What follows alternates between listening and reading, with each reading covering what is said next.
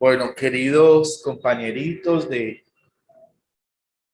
fe, yo les invito para que en esta noche si me están escuchando bien, listo, si no hay algún problema me avisan antes de que cierren los micrófonos para poder estar como conectaditos, juiciositos.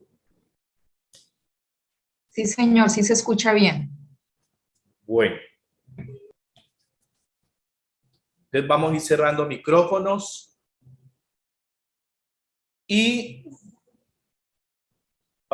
yo les invito para que en esta noche hagamos esta oración por la paz de Ucrania, por tantos niños, niñas, tantas familias que están hoy sufriendo, pero también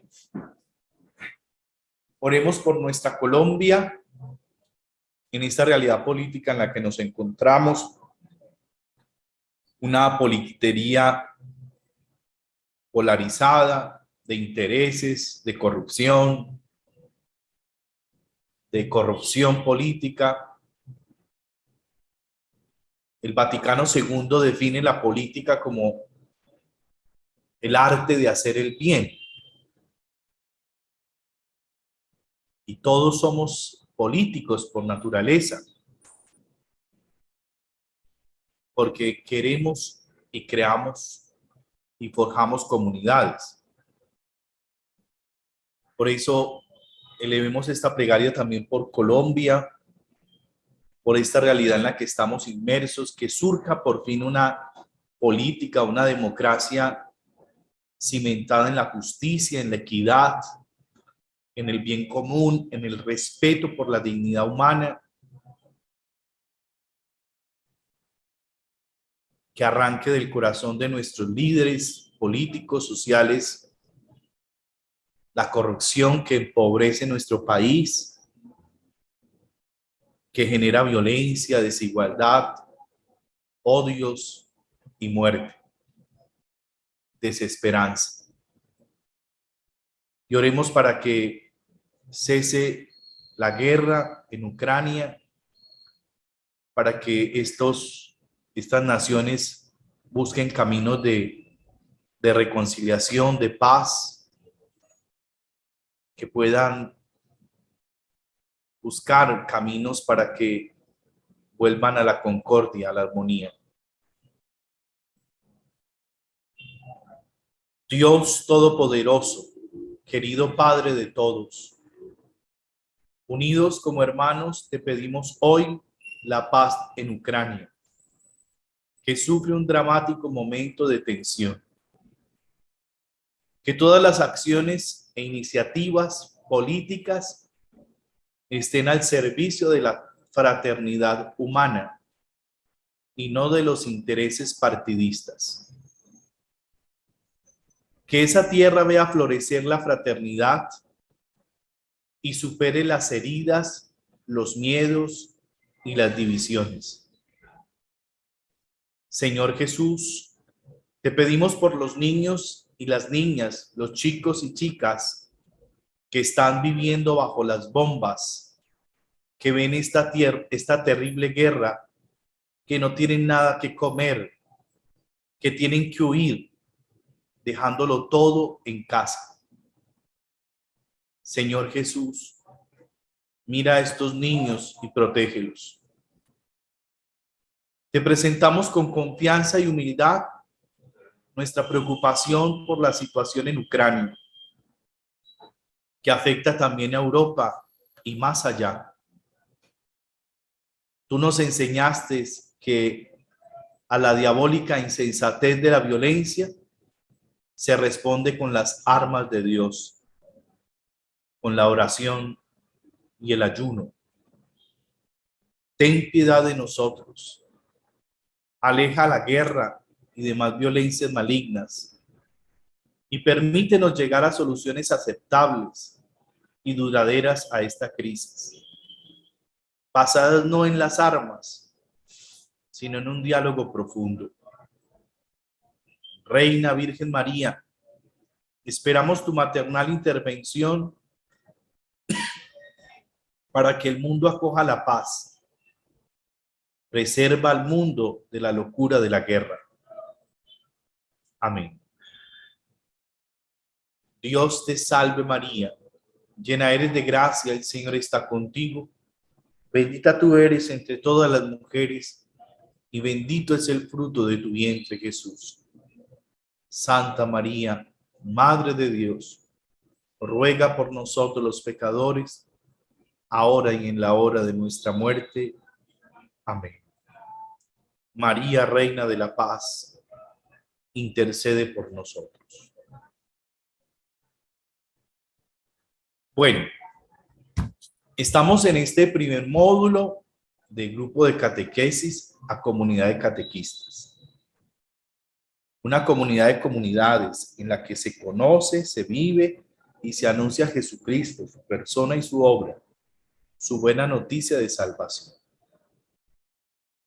Y hoy vamos a ver en esta noche, vamos a compartir esa relación que existe entre iglesia y comunidad.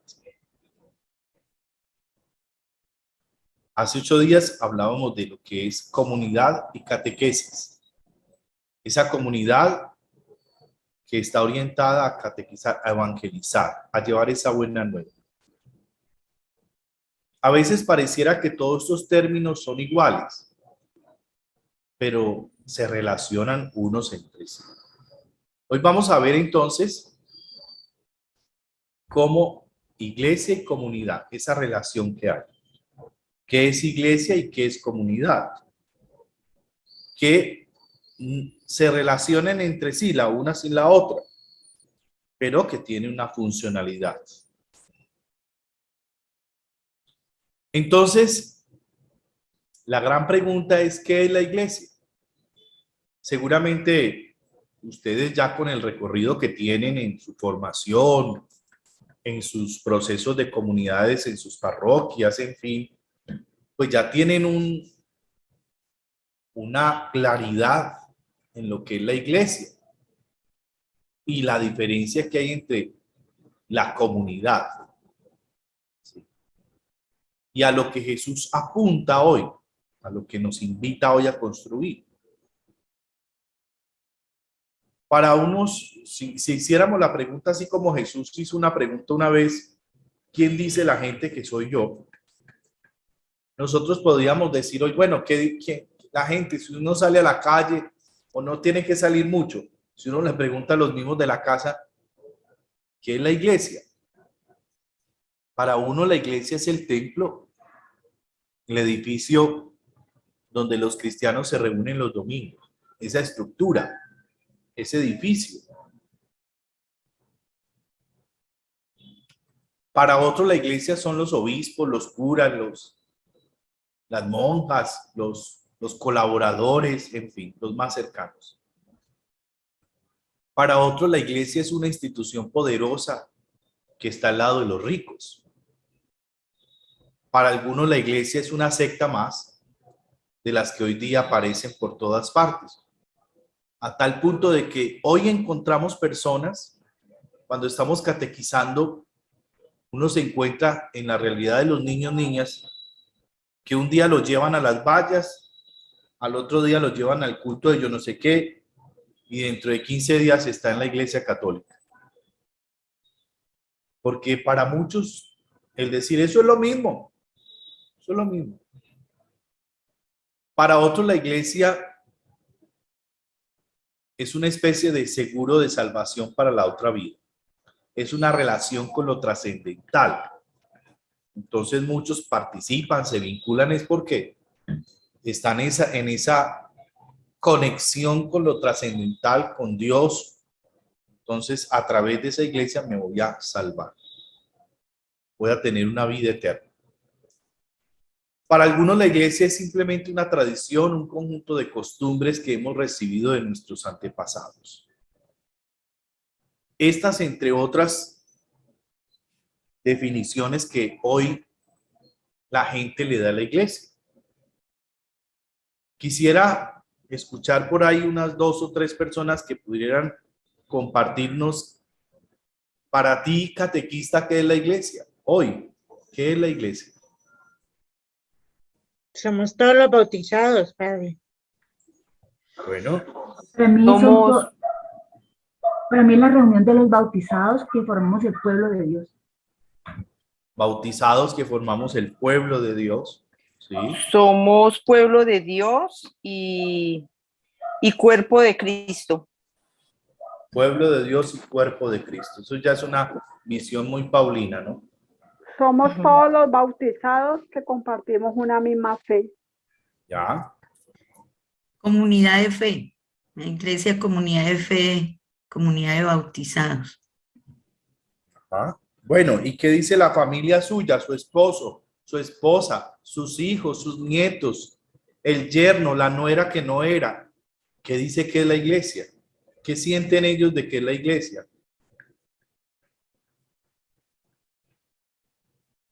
Pues Unos dos o tres por ahí.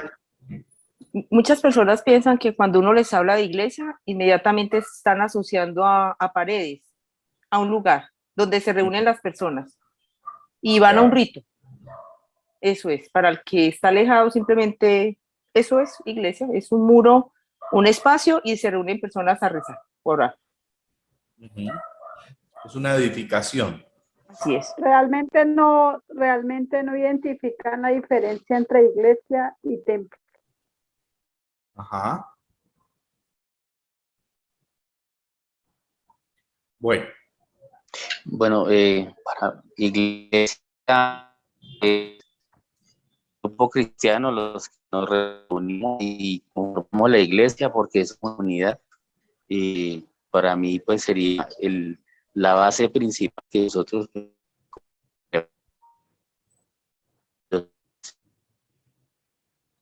bueno, por ahí se escuchó entrecortado al final. Bueno, entonces miremos que la iglesia, conjunto de personas que profesan la religión cristiana. Parte de este conjunto de personas definido por un rito litúrgico, un territorio, una época, una doctrina, o la persona que la han organizado, dirigido doctrinalmente. Una iglesia en griego, eclesia, significa asamblea. Pero miremos aquí algo muy importante. Esta es la definición que da el diccionario de la lengua española, lo que es iglesia.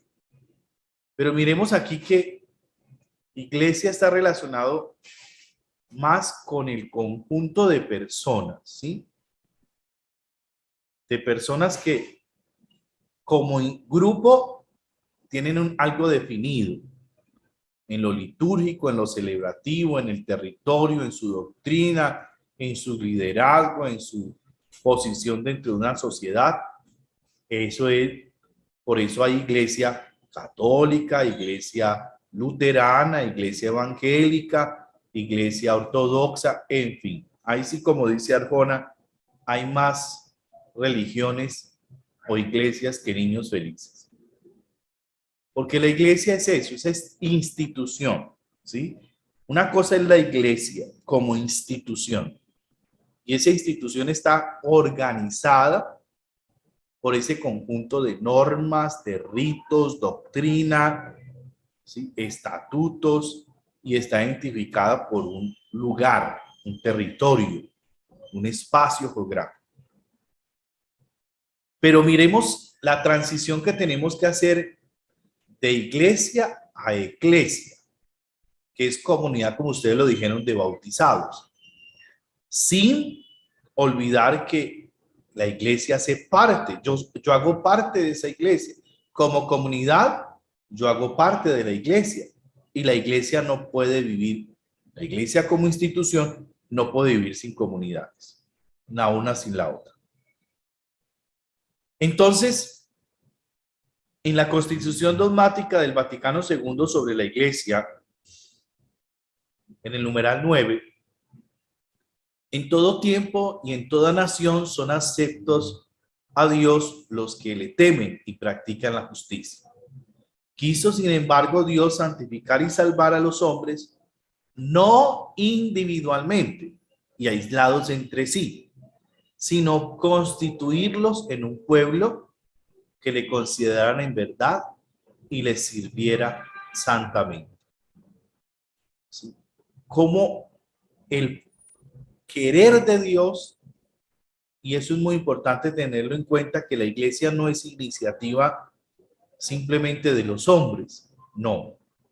La iniciativa parte de Dios. Dios quiso, plugo, por decir en el adagio nuestro, le dio la gana. Él quiso formar un pueblo, una comunidad, una iglesia. Porque Dios llama a un pueblo, Dios no llama a una persona, Dios llama a un pueblo, a una comunidad.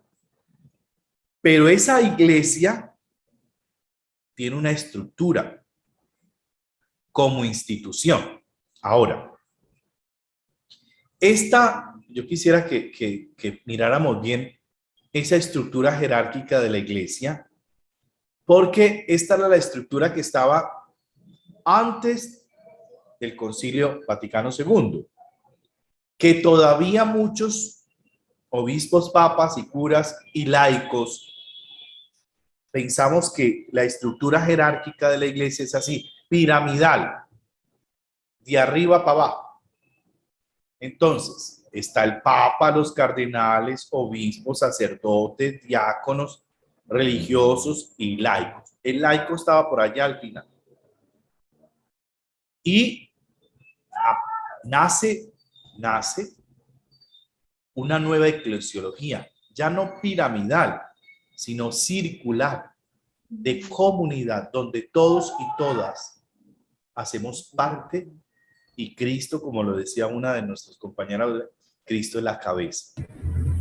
No es una iglesia piramidal, es una iglesia, es una comunidad donde circular, donde todos tenemos un lugar, un puesto. Claro está, dentro de esa comunidad hay unos liderazgos, pero no están por encima el uno del otro, no, están al servicio de todos. Entonces, ojalá nosotros como catequistas vayamos quitando ese imaginario de una iglesia piramidal, donde arriba hacia abajo y donde yo como laico esté por allá en el... No, ahorita la iglesia es la eclesiología del Vaticano II, que todavía, a pesar de tantos años, muchas cosas no se han puesto en práctica. Es una iglesia de comunidad, de comunidad.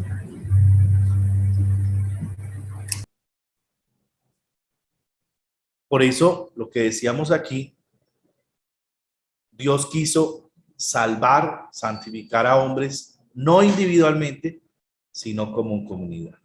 Bueno, aunque la iglesia como institución tiene una estructura, porque eso le permite la funcionalidad, los servicios, en fin.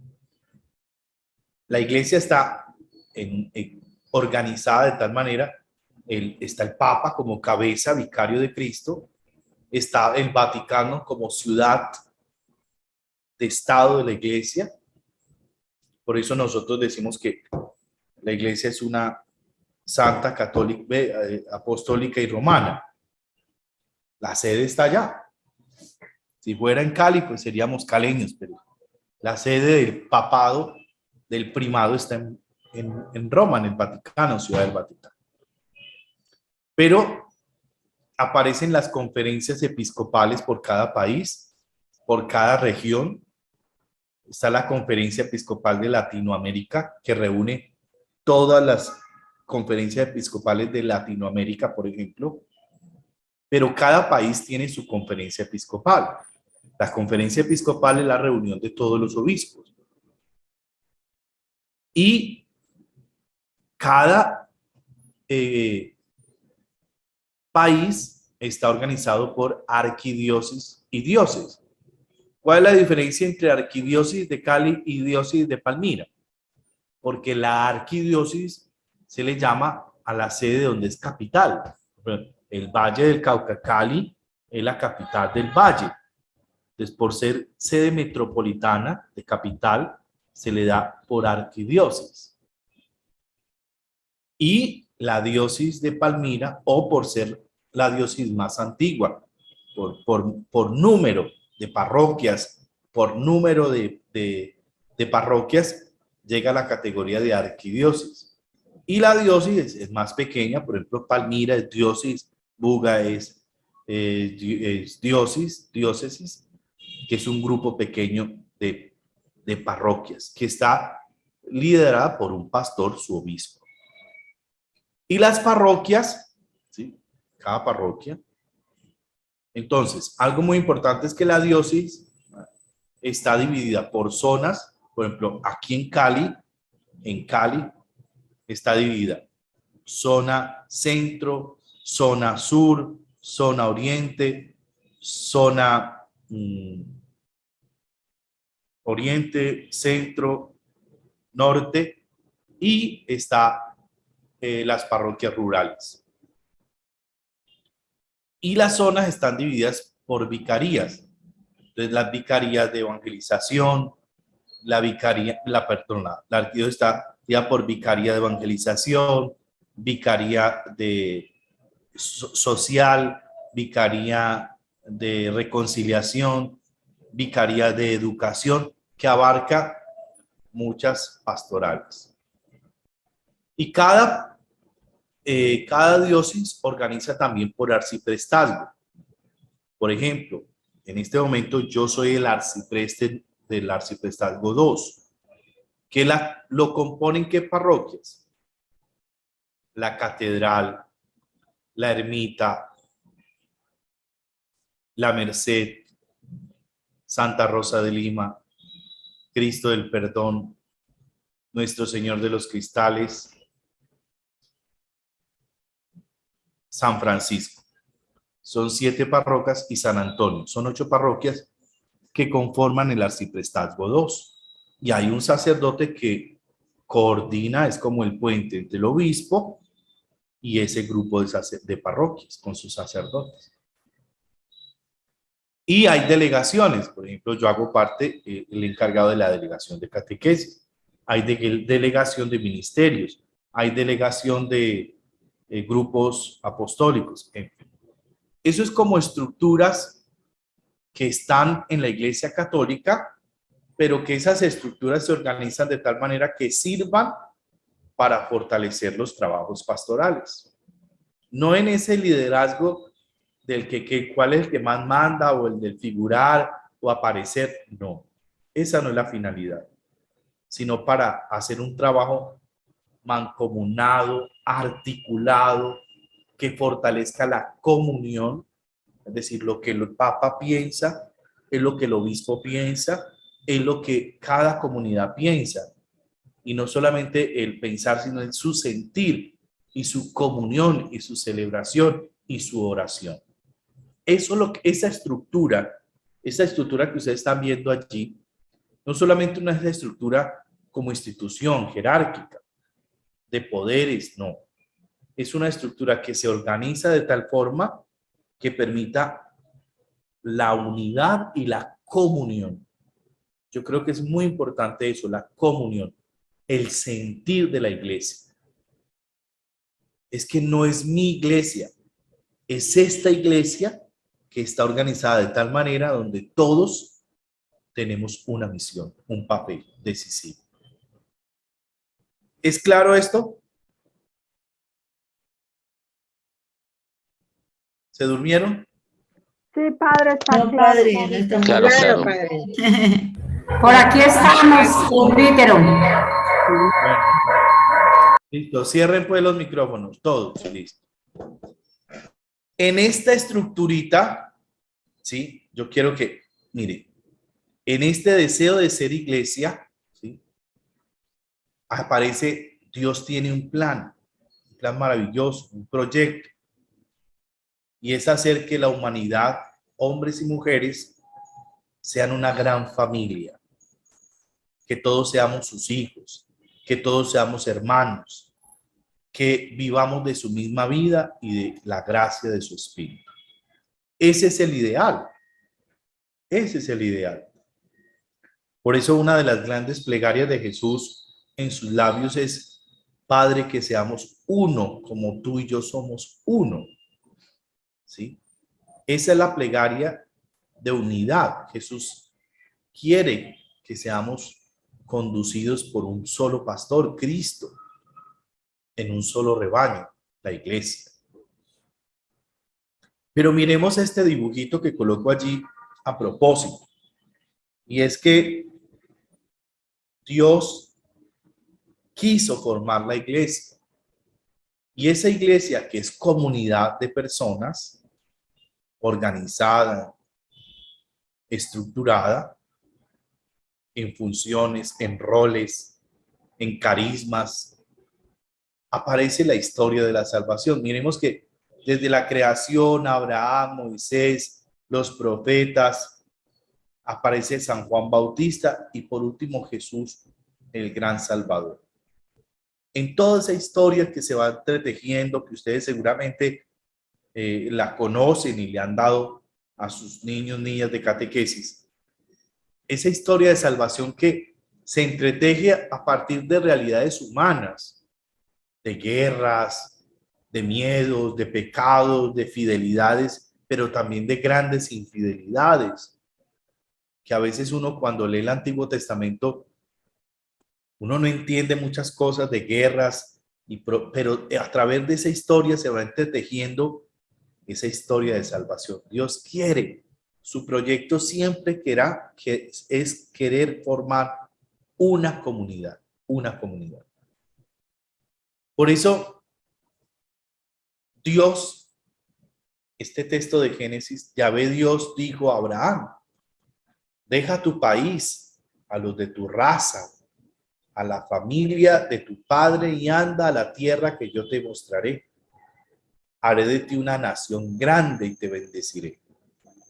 Engrandeceré tu nombre y tú serás una bendición. Bendeciré a quienes te bendigan, maldeciré a quienes te maldigan. En ti serán benditas todas las razas del mundo. Entonces, ¿cómo Dios quiso llamar a este hombre para formar una gran nación, una comunidad, una iglesia? Una iglesia. Dios en su designio salvador quiso formar un pueblo, una comunidad de creyentes. Pero algo muy importante es que en ese llamado de formar una iglesia, Yahvé dijo: he visto la humillación de mi pueblo en Egipto y he escuchado sus gritos cuando los maltratan sus capataces.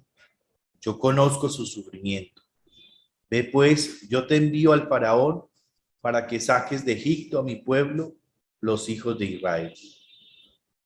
Dios ve, conoce nuestros sufrimientos y quiere liberarnos no solo de los faraones de hoy, sino de esa gran realidad que es el pecado, que impide una construcción, una comunidad de amor. Por eso, al rescatarnos o al rescatar Dios a su pueblo de la esclavitud del faraón, Dios establece una alianza. Yo seré para ti tu Dios y tú serás para mí mi pueblo. Que se expresan en los mandamientos. En toda iglesia como institución hay normas. Todas las iglesias tienen sus normas, sus preceptos, sus ritos, sus tradiciones, sus costumbres, todas. Porque Dios se revela a través de una historia, de unos gestos, a través de signos, gestos, Dios se hace presente. Entonces, por eso cuando hablamos de iglesia como institución, a veces uno escucha: no, pues que la iglesia sí le complica la vida a uno para casarse. No, pues que como institución tiene que ser organizada. Imagine donde no se organice. Hoy tuvimos reunión de arciprestazgo y me contaba el padre de la catedral que una persona vino a casarse y fue y falsificó en la Plaza Caicedo una partida, y en la partida estaba sin nota matrimonial, es decir, era soltero, pero esta persona ya había sido casada en Bogotá. Al comparar las nuevas partidas, pues vieron que esa persona había contraído doble matrimonio. Entonces, si uno no exige esos papeles como institución, como organización, mire todos los errores o las falencias que podríamos, o el ser humano por desconocimiento, o a veces por pensar que la iglesia es eso nomás, todo el daño que le puede hacer a otra persona. El plan de Dios va a seguir adelante a pesar de las infidelidades de Israel, del pequeño del resto fiel de Israel. Dios escoge la semilla del nuevo pueblo de Dios. Entonces, nosotros en la historia de salvación, al leer la palabra, encontramos cómo muchos profetas anunciaron a su pueblo la propuesta de salvación, pero fueron infieles muchas veces. Por eso el pueblo de Israel anda por el desierto 40 años, purificándose de sus infidelidades. Pero Dios nunca pierde la esperanza de hacer de ese proyecto una realidad, el pueblo de Dios. Y Jesús aparece como el nuevo Moisés que convoca al pueblo de Dios, que forma la nueva comunidad, que reúne nuevos discípulos, que enseña, que libera, que sella un pacto y que envía una misión. Pero Jesús no es un simple caudillo ni un profeta, sino es el Hijo del Dios encarnado y fundamenta su comunidad en la cruz y la resurrección. Por esto, este nuevo pacto con este nuevo pueblo, sin negar las características del antiguo pueblo de Israel, las profundizará más. Esta semana fue ayer, donde Jesús nos decía en su palabra: yo no he venido a abolir la ley, yo he venido a darle su cumplimiento. Es que Jesús no vino a hacer tabula rasa, no. Con esa historia y con ese pueblo vino a volver a reestructurar, a reformar, a tomar conciencia al pueblo de que Dios lo ama. Sin el primer pueblo de Dios, si el primer pueblo de Dios nació de la libertad de Egipto, primera Pascua, el nuevo pueblo de Dios surgirá de la Pascua de Jesús, de su muerte y resurrección. ¿Cómo es importante para nosotros hoy tener conciencia de esa realidad? De nuevo pueblo de Dios. La iglesia como institución organizada con el Papa, obispos, cardenales, sacerdotes, diáconos, religiosos, religiosas, laicos comprometidos, ministerios, toda esa organización jerárquica, todo el pueblo bautizado es el nuevo pueblo de Dios, que nace de esa Pascua de Jesús, de su muerte y resurrección, que ahora dentro de poco vamos a vivir, no como una evocación del pasado, otra vez Semana Santa, otra vez a sacar todos esos, a hacer procesiones, asoleadas, pero no es evocar un pasado, no es volver a traer a nuestra mente un pasado que ya pasó, no, es un presente, un hoy. Hoy Dios quiere salvarnos, rescatarnos para seguir siendo el pueblo de Dios, el pueblo elegido. La iglesia como comunidad de creyentes se renueva en Pentecostés. Entonces, Mire la transición tan importante, queridos compañeritos, ¿sí? Esta iglesia,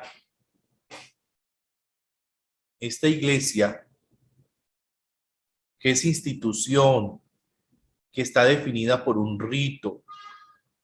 Por eso la misa que yo celebro es la misma que celebra el Papa. Por eso yo no tengo potestad o el cura de su parroquia para ir cambiando por cambiar, no, porque perdemos la comunión, el sentir de iglesia. Entonces, esa iglesia que es institución, que es grupo de personas organizadas a través de normas, ritos, costumbres, tradiciones, pasa a ser esta nueva comunidad de creyentes. Esa comunidad donde sigue organizada, pero ya no va a ser como Jesús cuando le dice a los fariseos: destruyan este templo y yo lo reconstruiré en 3 días. Para ellos, el templo de Israel, el templo, era era signo, presencia de Dios. Pero Jesús no es que estaba en contra del templo, sino estaba hablando de su templo, de su cuerpo como presencia del Padre también, que iba a pasar de la muerte a la vida a través del misterio de la cruz. ¿Cómo hacer esa transición? ¿Sí? Nosotros, ¿cómo voy a hacer esa transición del templo estructura, donde se reúne la comunidad, a ser comunidad de creyentes? Porque es que a veces le damos más fuerza al templo que a la persona. Por un caso, un simple ejemplo.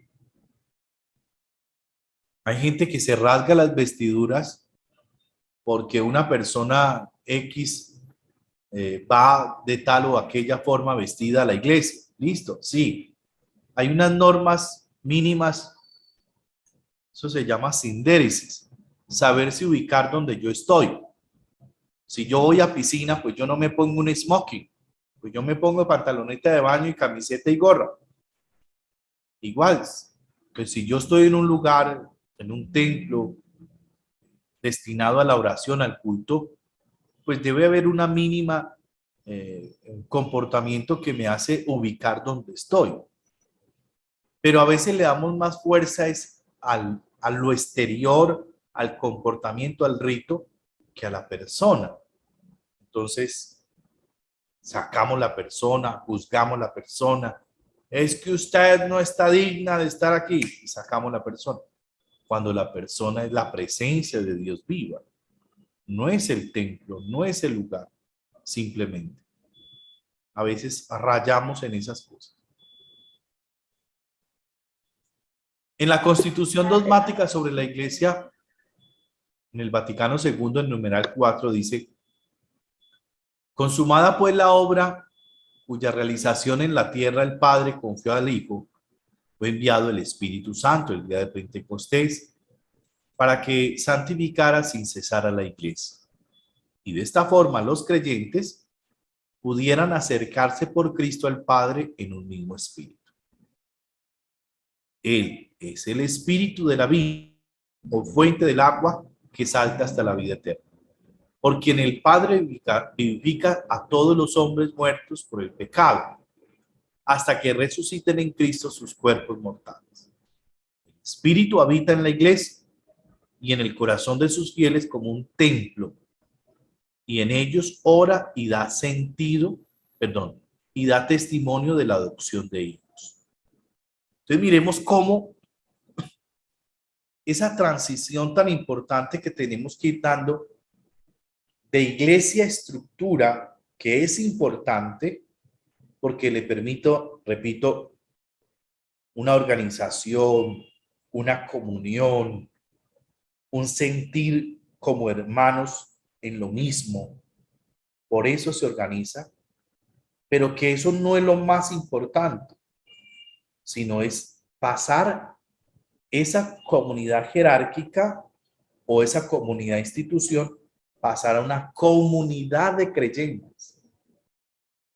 Porque a veces le damos, repito, más fuerza a lo legal que a la comunidad. Y esa fue la gran lucha de Jesús. Padre, perdón, Dígame. tengo una pregunta. Si Pregunte. nosotros decimos que la iglesia es el pueblo de Dios, ¿sí? Como pueblo de Dios, veo que en las definiciones, pues, muchos dicen, no, que los bautizados, que hacemos parte, sí, está bien, nosotros los bautizados. Pero si somos pueblo de Dios, se supone que Dios debe acoger a todos, creyentes, no creyentes, ateos, no ateos, bautizados, no bautizados. Todos deberíamos Venga, de ser perdón, parte de ese perdón pueblo. que no lo entendí bien. Ok, bueno. Es que el perro no me dejó escuchar. Y no es mío. Ah, Es el perro del vecino. Bueno, a ver, que ahorita que estamos hablando de definición de iglesia, bueno, yo escucho que sí. nosotros decimos que la iglesia sí somos todos los bautizados, está bien, nosotros los bautizados, pero si la iglesia es el pueblo de Dios, se supone que el pueblo de Dios está formado por creyentes, no creyentes, bautizados, no bautizados, ateos, lo que sea, porque Dios no hace distinción de eso, o sea, Dios nos acoge No. a todos, ¿sí? Entonces, esa es mi pregunta, cuando nosotros no podemos hablar de exclusividad de iglesia católica, cristiana católica, nosotros, como nosotros nomás, no, es acogiendo a todos, y es todo el pueblo, o estoy equivocado. Sí. Mira, por el bautismo, es que el bautismo me hace miembro de la Iglesia Católica. ¿Sí? Una cosa es hablar de que la humanidad o la creación, uno siempre, cuando yo hago los cursillos de bautismo, hay una cosa que yo le explico a la gente, y es esto. El niño es creación de Dios, porque Dios todo lo crea y el universo en su totalidad es de Dios. Somos creación de Dios. Estamos en un estado de criatura, de creación.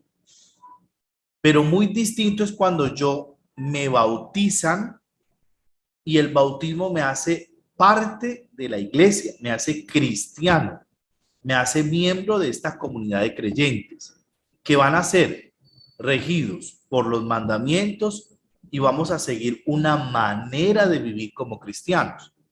Entonces, el pueblo de Dios es ese pueblo que nosotros elegimos a ser parte de la iglesia como pueblo de Dios. Entonces nos lo confirma, nos lo ratifica el bautismo. No es que toda la humanidad es pueblo de Dios, no. Es el bautismo. Si quieren, ustedes busquen en el Catecismo de la Iglesia Católica el numeral 782 y ahí nos explica muy bien lo que el pueblo sacerdotal o lo que se llega a ser miembro de este cuerpo no por el nacimiento físico, nos dice ahí, sino por el nacimiento de arriba, del agua y del espíritu, es decir, por la fe en Cristo y el bautismo. Padre, perdón, Muchas gracias. una pregunta. Uh-huh.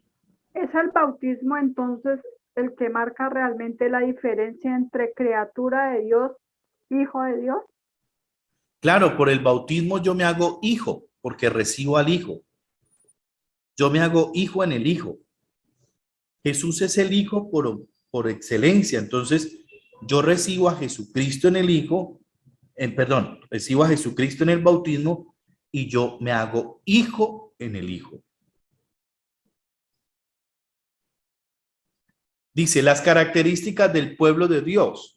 Literalmente aquí tengo el catecismo de la Iglesia Católica.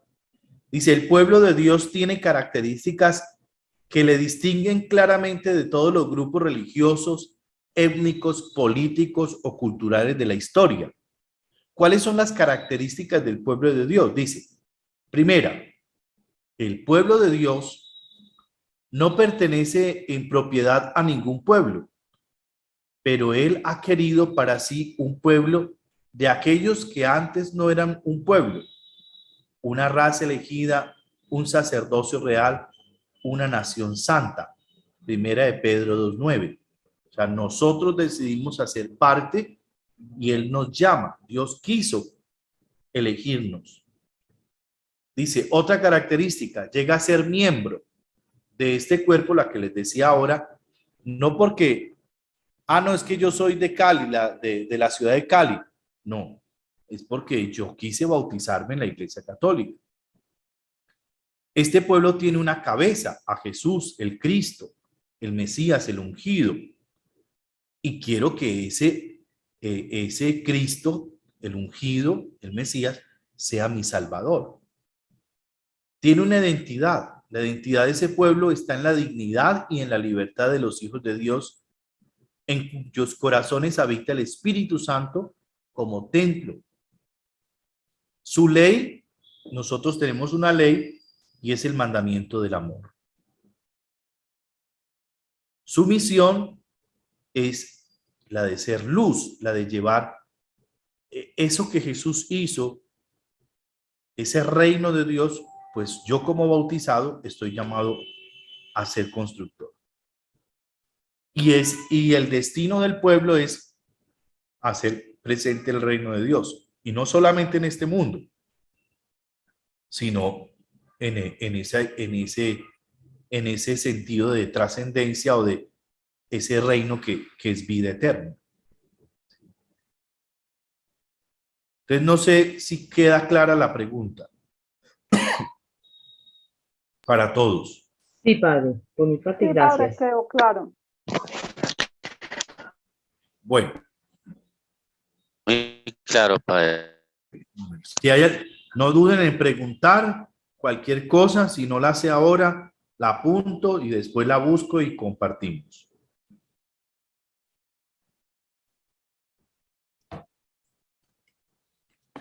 Por eso es tan importante, queridos compañeritos, el bautismo. El bautismo me da 5 gracias. Me borra el pecado original, primera gracia. Me hace hijo de Dios. Por eso un niño que no está bautizado no es hijo, es creación de Dios. Me hace templo del Espíritu Santo, recibo el Espíritu Santo. Y me hace parte de la Iglesia Católica, soy cristiano. Y soy heredero del reino de los cielos. Esas son las 5 gracias del bautismo. Y me hace miembro de esta iglesia a formar una comunidad.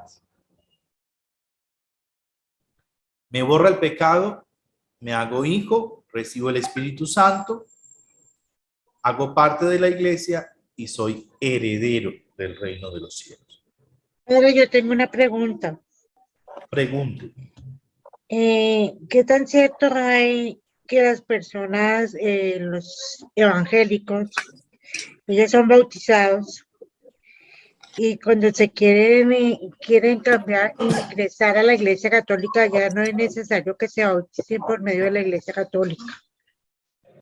No, eso depende de qué rancho venga. Ujú. Porque recuerden que hay unas iglesias que están en comunión con la Iglesia Católica. Ujú. Sí, señor. Tienen que haber sido bautizados en la Trinidad, en el Padre, en el Hijo, en el Espíritu Santo.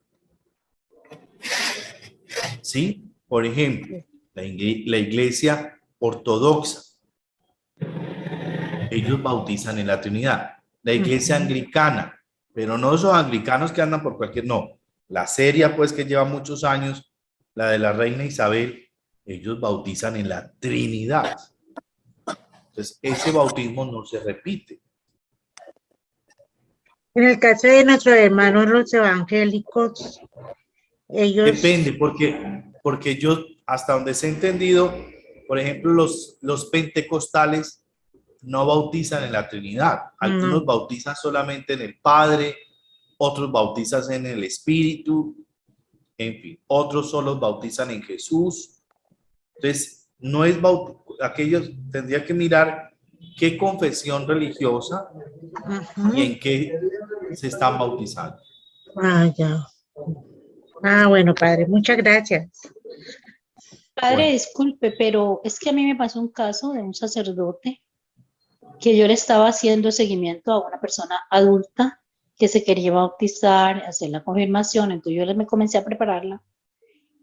Y cuando llegó donde el sacerdote, le dije, él es de una iglesia, llámese cristiana, pero nunca le dije el nombre y de una vez me dijo que no, que él no bautizaba a nadie que ya estuviera bautizado, pero él no me hizo la aclaración que usted me está haciendo, porque yo también tengo entendido que si es trinitaria y nosotros somos trinitarios, entonces pues es muy diferente a otros que no son trinitarios.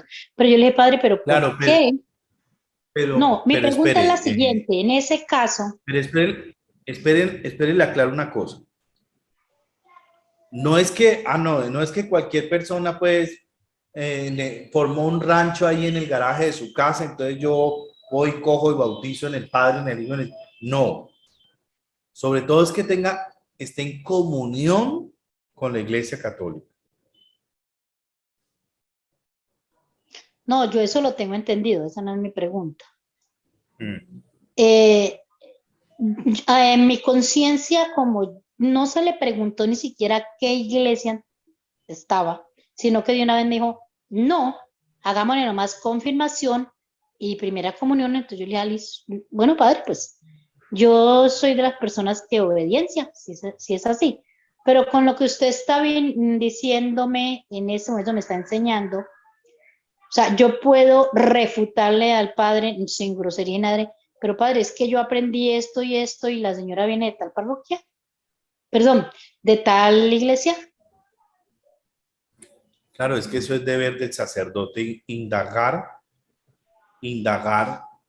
de dónde, o sea, cuál es la confesión religiosa, cuál es su fe, qué es lo que profesa, porque yo puedo decir que sí bautizado, ¿quién me va a certifica? No. Sí, no, Por usted tiene ejemplo, toda cuando la yo razón, estaba en pero la él no. parroquia, Él nunca cuando me yo hizo estaba en la nada de esas parroquia preguntas. claro, ahí, dependerá del rito que se haga, si le hace falta algo, del rito no, que del se haga, rito no, ¿no? es de la iglesia como tal, ¿sí? Ah, Por bueno, vale. ejemplo, cuando yo estaba en la parroquia de Petecuy, de San Bartolomé Apóstol, allí había un sacerdote que decía ser anglicano y él bautizaba, casaba, en fin. Ese sacerdote decía ser, pero no pertenecía a nada de eso. Muchas de esas personas tuvieron que volver a hacer todos sus sacramentos porque ¿qué? Esas confesiones religiosas no tienen ninguna estructura de libros, de partidas, de nada que certifiquen. Porque no es solo el acto de buena fe, sino la estructura, la organización. Son muchas, o sea, que verdaderamente tenga una tradición esa iglesia, que esté en comunión, sobre todo en comunión en ese sentir de la Trinidad. Porque el bautismo tiene que ser trinitario. El envío de Jesús dice, vayan y bauticen en el nombre del Padre, del Hijo y del Espíritu Santo. Él no dije, vayan y bauticen solo en el nombre del Padre o del Espíritu.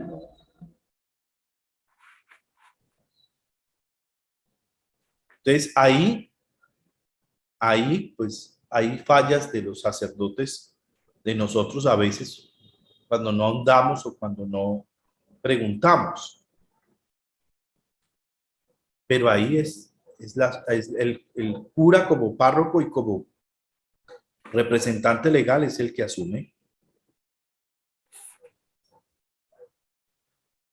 ¿Sí me hago entender?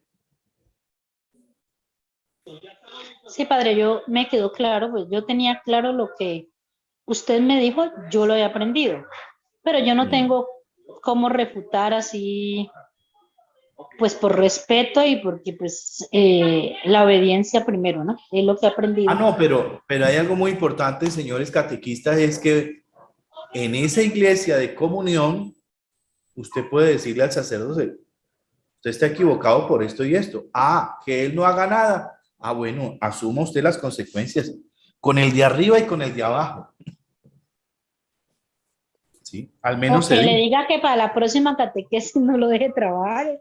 Eso a mí me sucedió, por decir una verdad. No, Lo dije con mucha no tanto no prudencia. lo deje entrar, sino porque, claro, porque cuando se vaya a casar le van a pedir la partida de bautismo. ¿Y dónde la va a encontrar? Sí. Yo Ahí también va a eso ser el se lo dije, obstáculo. O sea, el gran inconveniente es cuando le vayan a pedir la partida de bautismo para casarse, ¿dónde la va a encontrar? Y sin partida de bautismo no lo casan. Entonces, ahí va a ser un gran error de él como sacerdote y como pastor. Bueno, la iglesia es un pueblo, centrémonos en estas ideas, porque vamos haciendo esa transición de iglesia a comunidad. Esa es la relación. Y insisto en esto porque a veces sí, va a ser lo mismo. La iglesia es el pueblo de Dios, la comunidad es el pueblo de Dios, pero la iglesia como tal es el pueblo que Dios convoca para organizarse, y esa organización implica normas, tradiciones, costumbres, pero que lo lleva mucho más a ser una sola organización, sino a ser una comunidad de amor.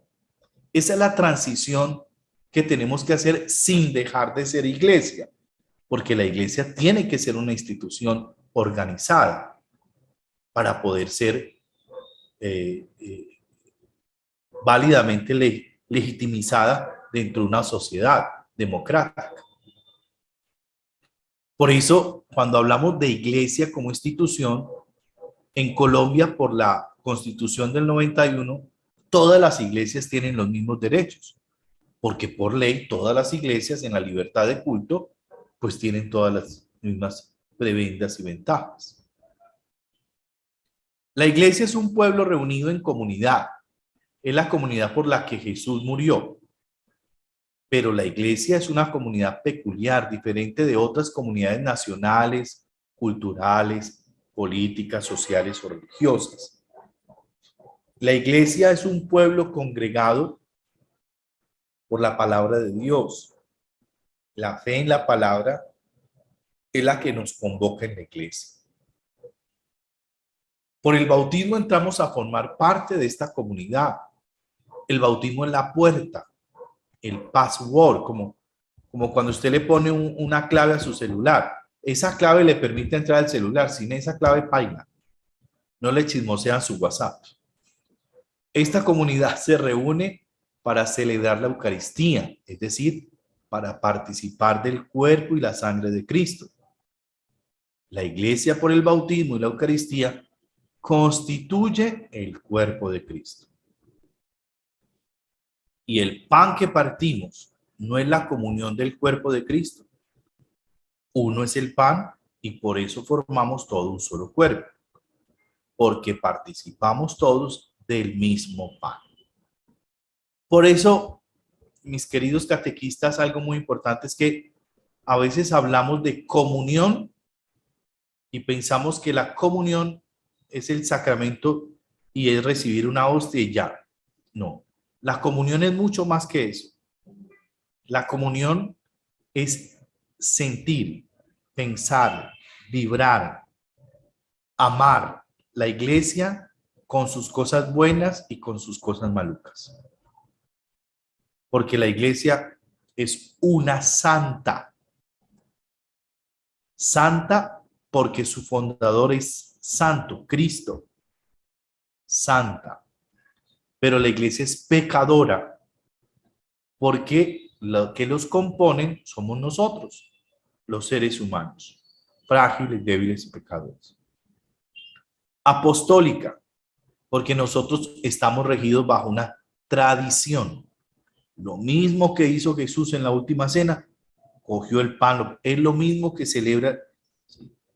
Los sacramentos que están implícitamente en la Sagrada Escritura es lo mismo que nosotros. De otra manera, porque los ritos pueden cambiar, pero la esencia del sacramento perdura. Eso es lo que nos mantiene en comunión. Esa es la comunión. Porque a veces, mire, hay gente, por ejemplo, en estos días que hubo todo esto con el problema del sentir sobre el aborto. ¿Cuántos católicos bautizados dijeron sí al aborto? Eso no es estar en comunión con la iglesia, porque la iglesia está a favor de la vida, no en contra de la vida. Cuando yo estoy en contra, por ejemplo, hay gente que dice, no, es que los curas deberían casarse porque si tuvieran esposa e hijos se acabaría tantos problemas. No, es que eso no es el sentir de uno. La iglesia como madre y maestra nos enseña el valor del celibato, el valor de entregar su vida por el reino, como lo ha hecho tantos y tantos hombres y mujeres a lo largo de la historia de la salvación. Ahora, eso es estar en comunión. El gran problema hoy en la Iglesia Católica es que muchos hacemos parte de la iglesia, pero no somos iglesia. Queremos hacer parte de una iglesia, pero sin sentir, pensar, vibrar con la iglesia.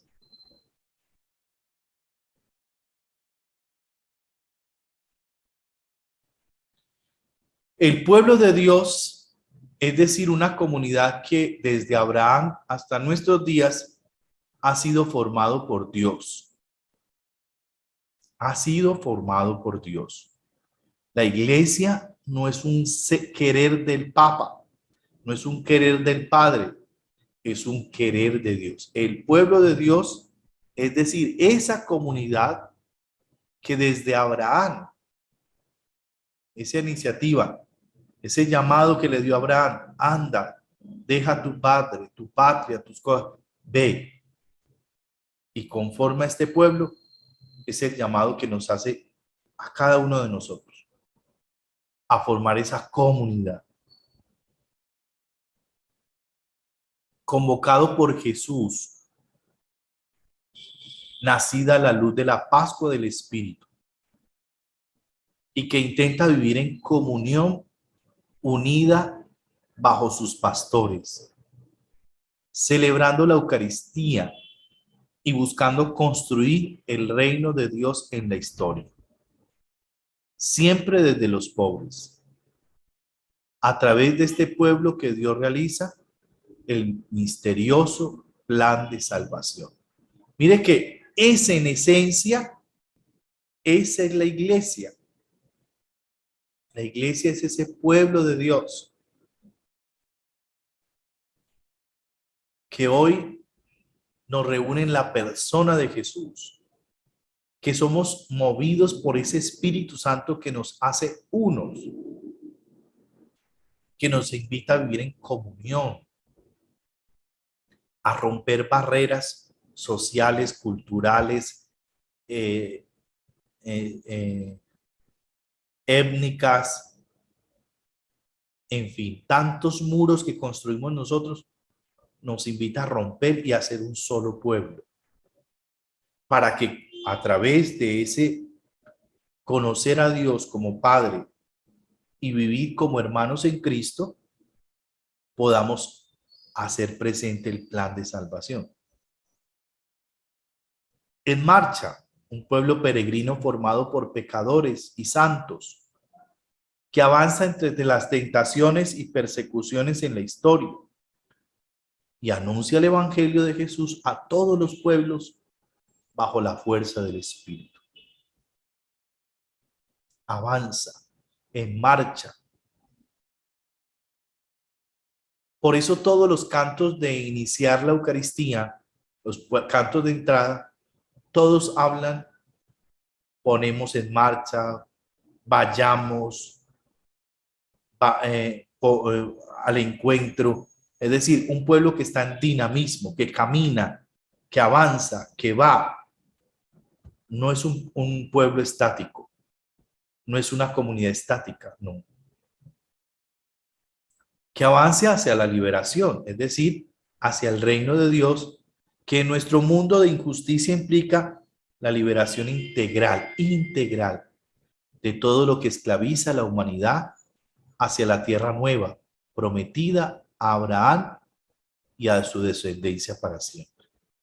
Una liberación integral. Mire, el reino de Dios no es por allá lejos, es aquí y ahora. Cuando haya trabajo, cuando haya comida, cuando haya educación, cuando haya equidad, cuando todos tengamos lo necesario para vivir, podemos decir el reino de Dios está aquí y ahora. Pero ¿cuándo puede pasar eso? Cuando abramos el corazón al Señor y dejemos que su espíritu rompa con el egoísmo, con la avaricia, con el poder, y nos veamos a la cara como lo que en verdad podemos llegar a ser, porque no es que no podemos llegar a ser hermanos y hermanas. Entonces, yo quisiera en estos momenticos abrir aquí un momentico y que pudiéramos hablar, compartir de las vivencias que nosotros tenemos en cada una de las parroquias. O sea, ¿cómo estamos viviendo ese ser de iglesia? ¿Será que nosotros nos estamos quedando en una iglesia institucional? Mire, en este trabajo del sínodo no es fácil. No es fácil salir para nosotros como párrocos y para ustedes como fieles. Pasar de una iglesia donde el sacerdote es el que manda, el que decide, el que lo hace todo, a pasar a una comunidad donde todos podemos ejercer un liderazgo, donde todos tenemos voz y voto, donde la preocupación es de todos. Eso no es fácil hacer esa transición, inclusive al interior de nuestras propias casas. Es que yo soy el papá y aquí mando yo. Y es que yo soy la mamá y aquí mando yo. Y es que su hijo no puede decir algo. Su hija no puede decir algo, no puede opinar. No, es que aquí el que manda soy yo porque yo tengo tantos años y usted apenas está viviendo. ¿Y qué le impide a esa persona en su corta edad tener un juicio, una opinión que me pueda ayudar a mí a crecer, a madurar, a tener otra visión de la vida? Y ese es el gran reto de la iglesia hoy. Pasar, porque todavía siguen esos rezagos de esa iglesia piramidal, a pasar a esa iglesia de comunidad de comunidades, de servidores. Entonces, ¿cómo estamos en ese proceso del sínodo? No es fácil escucharnos, no es fácil caminar con el otro. En los liderazgos que tenemos en las parroquias, el que quiere ser el coordinador quiere pasar por encima de los otros. El catequista que lleva tantos años quiere pasar por encima del que apenas está empezando, porque son patrones de comportamiento que repetimos y que queremos seguir. Romper con esos esquemas no es tan fácil, pero no imposible cuando queremos formar ese pueblo de Dios. Vicky, ahí hay una mano levantada. Vicky Mauro. Hola, padre, buenas noches. Hola, padre, buenas noches. Hola. Bueno, respecto a su apreciación, padre, nosotros tenemos digamos como una experiencia que podríamos como manifestar, y es que, digamos, la verdad de Cristo seduce el alma. Entonces, lo hemos visto, digamos, en nuestros párrocos, y hablar con esa autoridad que no viene de los hombres, sino de Dios, de alguna manera refrenda lo que usted está diciendo, porque nuestro Señor puede usar a cualquier persona como quiera, pues se valió de los apóstoles, que eran personas simples, sencillas, pescadores, sin ninguna instrucción, para fundar su iglesia. Entonces, pues ahí está representado. Pero también, digamos que hemos visto que en la práctica, digamos que el pastoreo del sacerdote o del párroco es importante, porque a veces se diluye un poco en la participación de los laicos y eso a veces genera que se presenten, bueno, lo que usted menciona también, padre, que a veces existe el catequista o el servidor que es un poquito matoneador y se la monta al otro y le hace bullying. Y entonces el padre como, no, bueno, yo allá no me meto. Entonces, eso no es cuento mío. Entonces, pues digamos que esa es como nuestra apreciación. Sí. Que no es fácil, es una tarea, pensamos que es una tarea de doble compromiso, tanto por parte y parte del consagrado, del padre, como de los fieles, y de compromiso, de mutuo respeto y de saber compartir, escuchar, de mucha humildad y, y muchas veces no es fácil lograr eso, pero pues es un camino en el que estamos para que todo lo podamos lograr, pero sería fantástico y sería, yo creo que es uno de los deseos del corazón de Jesús, que realmente volviéramos a esa fraternidad y a esa común unión que vemos en nuestros hermanos los apóstoles, como ellos nos enseñaron en los hechos que debería de ser, pero pues en la realidad,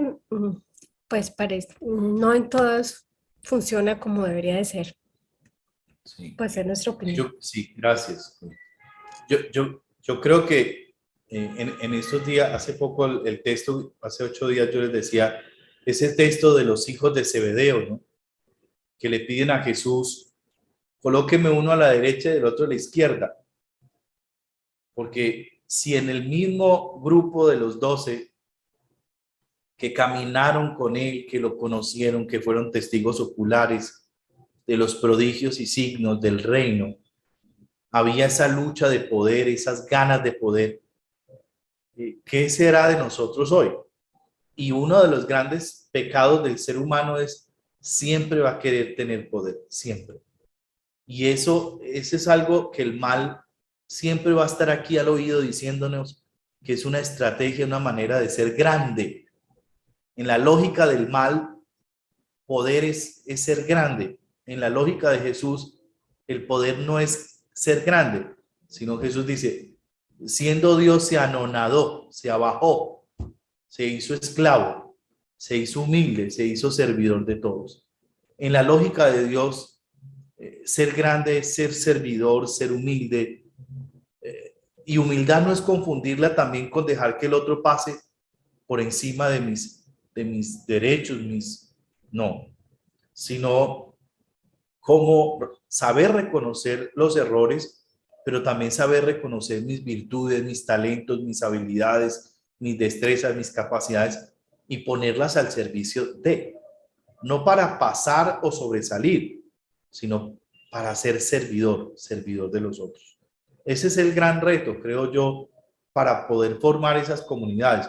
Ahora, hoy, y aquí hay una culpa de nosotros los curas, porque ser cura es tener poder, y el poder corrompe. El poder corrompe. Cuando no tenemos esa armonía y ese sentir cuál es el verdadero poder que Jesús nos da. Más que de mandar, más que de administrar, es el poder servir. Y poder escucharnos, y cuando decía ahorita la catequista que le dijo al padre, pero usted como catequista tiene que tener cuando uno cualquier empresa, yo voy y le digo al gerente o al supergerente, mira, pasa esto y esto es. pero en últimas el responsable legalmente es el que dirige. Ahora, en la parroquia legalmente, si usted le dijo, él es el responsable. Ahora, hay una responsabilidad legal, pero no olvidemos que esto sí es una institución legal, pero en últimas es una comunidad de Dios. Y usted le tendrá que dar cuentas a Dios. A los hombres podemos engañar, pero a Dios no. A Dios no le podemos hacer tanto. Padre, pero en esa Dígame. situación que es verdad lo que usted plantea, estamos 100% de acuerdo. Sí. ¿Cómo hace uno si ya se ha pasado todo el proceso de comunicación El y PIB. todo? Sí. El Sí. filtro de cristianos y Sí. demás. Lo que Pero- no, sí, de que no, que llámalo en privado y dile, y si no, frente a dos testigos, y eso no sirve. Comunidad entera y nada. Rejo, No. toca rejo. Oración, Lasti- obviamente, por No, parte eso- nuestra, pero No, mire, no voy a justificarme ni a justificar el gremio de curas, pero es una realidad. Ustedes, más que nadie, somos seres humanos de carne y hueso. Y si no hay conexión con lo espiritual, con Dios, si no hay amor y pasión por el sacerdocio, pues yo voy a vivir un ministerio desde ser funcional de lo religioso, pero no creyente. Y hay algo muy importante en esto, o sea, uno puede ser un buen funcionario religioso, pero no creyente. Como usted puede ser un buen laico comprometido y usted brinca, salta, hace floreros, carteleras, pero no creyente. Usted es el todero en la parroquia, el que hace de todo en la parroquia, pero ¿es creyente? Y es eso. En últimas, tanto el cura como o sea, todos los bautizados, nuestra vida se confronta con el actuar, con mi vida. Y es decirle, bueno, sabiendo que hay una realidad humana, o sea, desde nuestras miserias. Porque miremos la parábola del próximo domingo. El hijo pródigo. El hijo pródigo reconoce su miseria. ¿Cuántos jornaleros de mi padre están comiendo pan de sobra y yo aquí muriéndome de hambre? Él hace una introspección y reconoce su miseria. Y al reconocer su miseria se levanta a vivir otra realidad, el perdón. Pero miremos la postura del otro. El hermano parado, indiferente, cumplidor. Hasta le dice, papá, yo nunca te he faltado. Nunca. O sea, uno puede vivir la vida cumpliendo, pero no ser creyente. Uno puede vivir la vida haciendo muchos ritos devocionarios, cuanta ñoñada inventan, uno la puede hacer. Que el lunes de la misericordia, que miércoles del milagroso, que martes de yo no sé qué, que viernes de yo no sé a dónde, que rosarios de la aurora. O sea, devocionarios ha habido y por haber. Grupos ha habido y por haber. Que están los de lazos de más marianos, los de Maús, los de los ricos, los de los pobres, los de esto, los de aquel. Grupos ha habido y por haber. Pero ¿hasta qué punto somos creyentes? Y creyentes en construcción de comunidades de amor, que haga presente el reino de Dios. Ahí está el reto de la iglesia y de la iglesia de ahora, porque ya de atrás ya pasó. Si no nos ponemos las pilas, vamos a quedar con muchos templos hermosos, pero sin comunidades, vacíos, porque vamos a quedar. Y hoy hacíamos, hoy en la reunión, ya le doy la palabra a los que están por ahí levantando la mano, la síntesis que hicimos en el Arciprestazgo II del Sínodo. Una de las cosas que nos decía el padre Omar López en esa síntesis de todo el trabajo es que nosotros en Colombia vamos camino a vivir lo mismo que vivió Europa. a templos solamente para hacer ritos, pero no a tener comunidades. Porque nos estamos quedando simplemente a fe de misas, devociones, sacramentos, pero no a comunidades comprometidas. Es decir, que transparente su ser de creyente en el trabajo, en la escuela, en la relación de pareja, en el mío, en el bus, en cualquier lado. Antonio.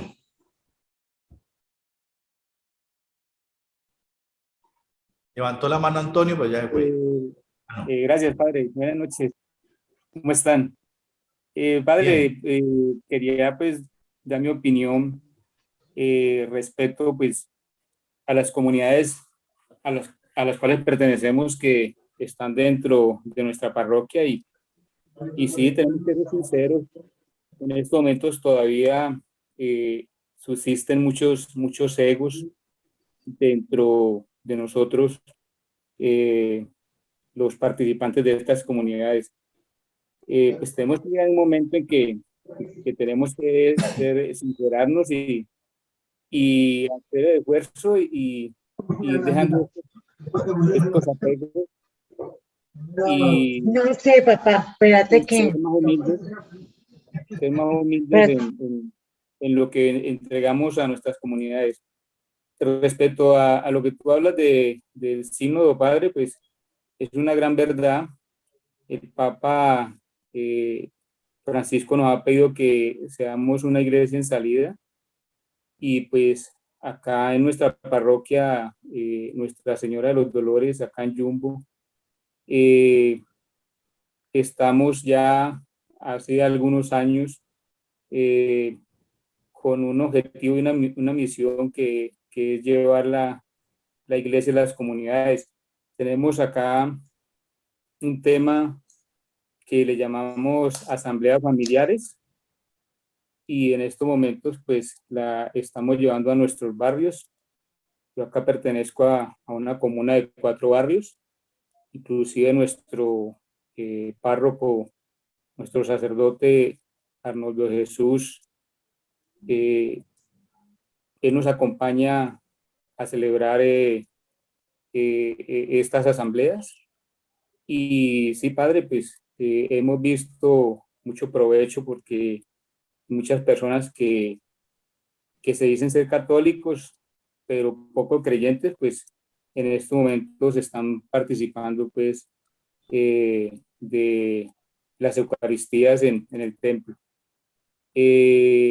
Lo otro que tenemos dentro de los grupos de catequesis es que catequizamos los niños, lo que es los niños para la primera comunión y también para confirmación, pero también pues dentro de los grupos de catequistas que hay acá en nuestra parroquia, con nuestro coordinador hemos implementado para cada 15 días un tema en el cual hemos llamado Escuela de Padres.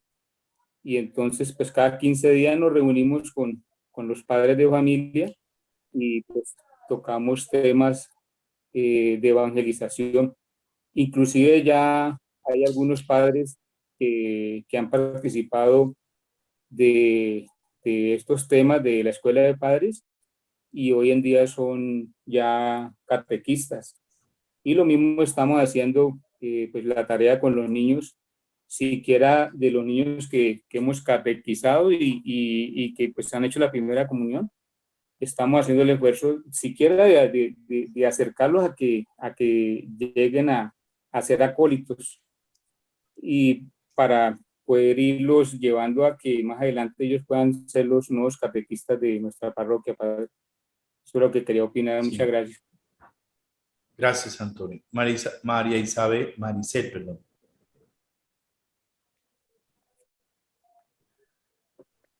Padre, yo Hija. estoy en una parroquia en Yumbo, en donde la frase que se escucha, yo tengo 4 años ya en la parroquia, y la frase que se escucha es, aquí siempre ha sido así, aquí, así siempre ha sido. Y entonces yo les manifiesto el problema que causa como interiorizar esa frase y no querer cambiarla, porque ese siempre ha sido aquí, así igual, no nos deja progresar. Para mí eso me ha dado bastante duro, porque no me adapto a esa frase, no me adapto a esas formas, no me adapto a no querer surgir, no me adapto a ver la necesidad de la formación. Ellos no la ven, así siempre ha sido, no, estamos cómodos, no queremos salir de esa zona de confort, y para mí sí es un choque bastante fuerte eso, porque yo pienso de que no, como catequistas o como proclamadores o el grupo que sea en la parroquia, siempre necesitamos un poquito más, siempre, todos los días, y estamos estancados, realmente estamos estancados en esas formas de ser. Sí, ese es una de las grandes, uno de los grandes retos que nos deja o nos está planteando el camino sinodal, ¿no? Es salir de nuestras zonas de confort. Es esa frase que tú dices, así se ha hecho y así se hará. Porque salir implica arriesgarse. Salir cuando uno hace un trasteo, el trasteo le ayuda, es muy complejo, un trasteo muy difícil. Pero ¿qué es lo bueno? Que a veces en ese trasteo bota lo que no necesita. Y tiene que vivir experiencias nuevas y conocer nuevas personas, vivir otras realidades. El aquilazarse en una misma realidad impide la novedad del evangelio. Y esa es la gran dificultad que tenemos nosotros, la novedad. Jesucristo es una novedad. El Papa Francisco, ante la Jornada Mundial de la Juventud que se acerca, le decía el mensaje a los jóvenes: no van a vivir la Jornada de la Juventud con lo que ya hicieron los años pasados. No, es la novedad. Jesucristo siempre es nuevo. Arriésguense a vivir la novedad del Evangelio. Entonces, también nosotros en nuestra iglesia, y algo que iba a decir ahorita, hay unas cosas que siempre serán duraderas en el tiempo, o sea, a veces no es ir cambiar por cambiar. Hay unas cosas que tienen que perdurar, porque eso es lo que nos da seguridad, estabilidad, pero que son esenciales en la vida de la iglesia, pero que tendríamos que replantear para nosotros hoy, en el hoy, contagiar de Jesús, enamorar a Jesús en la nueva realidad. Perdón, en la nueva realidad en que estamos, frente a los jóvenes, frente a la realidad de parejas, frente a los no creyentes, frente a los indiferentes. Yo creo que más que entrar en esa pelea, en ese proliferar, en esa de defender, en esa apologética de peleas, de discusiones de dogmas, normas, es contagiar de la persona de Jesús. Dime, Ximena. Mira, padre, yo tengo una pregunta de una compañera que me dio una inquietud ahorita que habló. Si el padre se equivoca, como cualquier institución, yo no estoy obligada a obedecerlo porque está equivocado. Yo tengo que hacerle ver con todo el respeto que está equivocado, pero si se equivoca, no tengo por qué obedecer una equivocación. O me equivoco, o estoy contradiciendo, o estoy haciendo mal. Él está equivocado, no tengo por qué obedecerlo. No, claro, no es obedecerlo en el sentido de espíritu borrego, como me hago entender. Pero, por ejemplo, si en el caso mío, tú, Ximena, vienes y me dices a mi padre, es que esto y esto es el caso, y yo le digo, no. En cuanto a lo legal, pues usted no puede hacer nada porque el directamente responsable frente al sacramento, frente a lo que se va a hacer, soy yo. Sí, señor. ¿Sí? Ahí es donde dice, pues la catequista termina dándole la catequesis, porque en últimas el que decide y responde desde lo legal es el sacerdote, ¿sí? Yo creo que lo entendí por ahí. No es que si el párroco le dice, no, vaya y dígale a todas las muchachas de la catequesis que planifiquen. No, usted no puede hacer eso, porque primeramente usted es creyente, usted es católico, usted está en comunión con la iglesia. Y no porque el sacerdote sea el párroco y el que manda, usted tiene que hacer eso, no. En ese caso. Ay, se padre, porque hay cosas que uno, bueno, es por un momentico, está equivocado, me va a mandar por el camino Claro. equivocado, entonces el que no debo. No, Entonces claro. me condenó yo y Claro, se porque- condenó el padre, la persona pues que está equivocada. No. O sea, Claro, por eso cada persona tiene su conciencia y la conciencia del sagrario de Dios, que le permite hacer discernimiento entre el bien y el mal. Ok, bueno. Gracias, padre. Estamos hablando aquí de una parte como legal, como decir pues el gerente y los empleados, por decirlo en esa figura. Bueno, queridos compañeros, esto es lo que quería compartirles esta noche. Dentro de 8 días estamos ya en la última, que es el taller, un taller sobre comunidad. No sé, que vayan preparando pues este módulo. Ojalá lo que les vayamos compartiendo desde nuestras experiencias y vivencias, no como expertos o como más santos, sino como en ese ideal de formar unas comunidades. Yo sé que no es fácil. No, yo llevo 16 años de cura y no ha sido fácil, porque Dios trabaja con nuestras humanidades. Y aunque el querer de Dios es que seamos santos y perfectos, la terquedad y la dureza de nuestro corazón no es tan fácil doblegarla.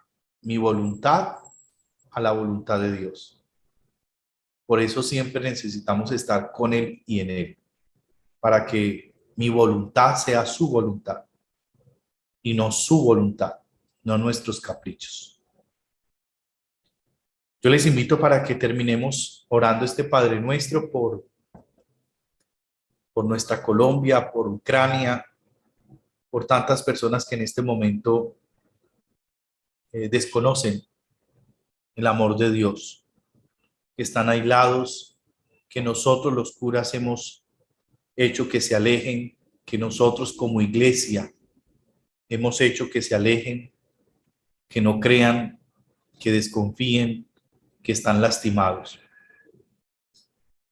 Que el amor de Dios les permita, como al hijo pródigo, levantarse e ir a experimentar un amor que los salva, que los redima, que los hace felices.